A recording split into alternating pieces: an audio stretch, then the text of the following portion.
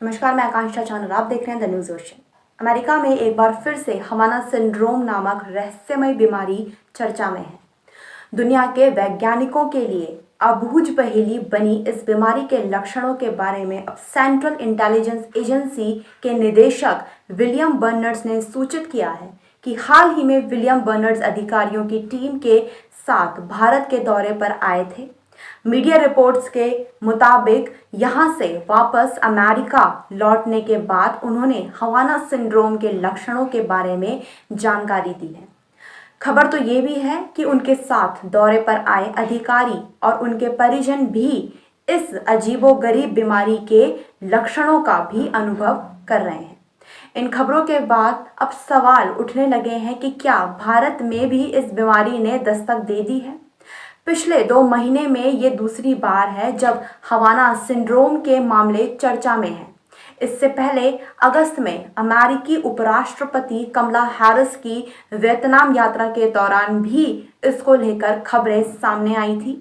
24 अगस्त को कमला हैरिस को वियतनाम की यात्रा करनी थी, लेकिन हनोई स्थित अमेरिकी दूतावास ने हवाना सिंड्रोम के खतरे को देखते हुए इस यात्रा के समय में बदलाव कराया था।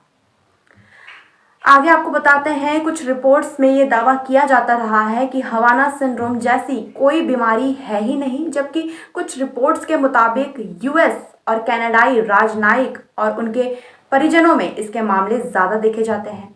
ऐसे में इस बीमारी को सिरे से खारिज कर देना तो सही नहीं है।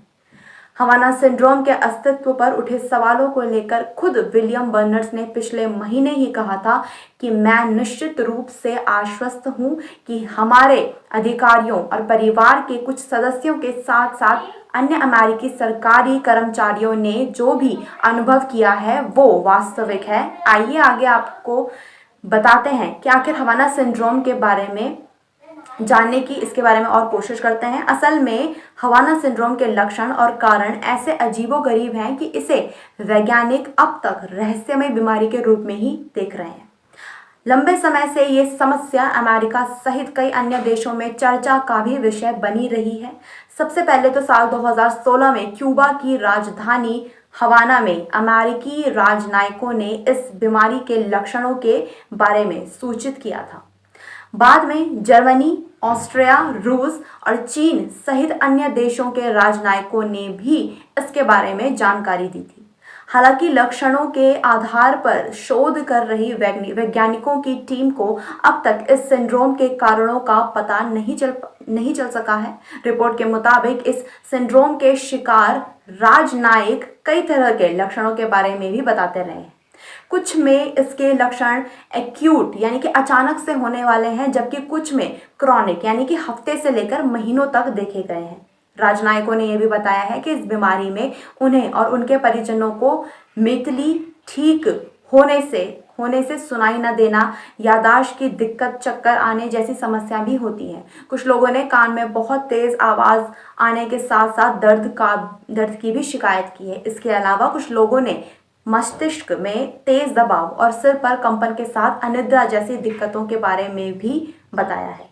हवाना सिंड्रोम के बारे में जानने के लिए अब वैज्ञानिकों ने भी प्रभावित लोगों के मस्तिष्क का स्कैन किया, तो और भी अजीब बातें वहां से सामने निकल कर आई। अध्ययनकर्ताओं ने यह भी पाया है कि इन लोगों के मस्तिष्क के ऊतकों की स्थिति बिल्कुल ही वैसी थी जैसे कि किसी कार दुर्घटना या फिर बम विस्फोट के कारण हो जाती है। कुछ शोधकर्ताओं का ये भी मानना है कि संभवतः विदेशी मिशनों के कारण उत्पन्न तनावपूर्ण माहौल का राजनयिकों के दिमाग पर गंभीर असर पड़ता है, जिसके कारण इस तरह की समस्या उन्हें हो सकती है। लेकिन इसे पुख्ता कारण नहीं माना जा सकता है, क्योंकि सिंड्रोम की शिकायत राजनयिकों के परिजनों को भी होती रही है।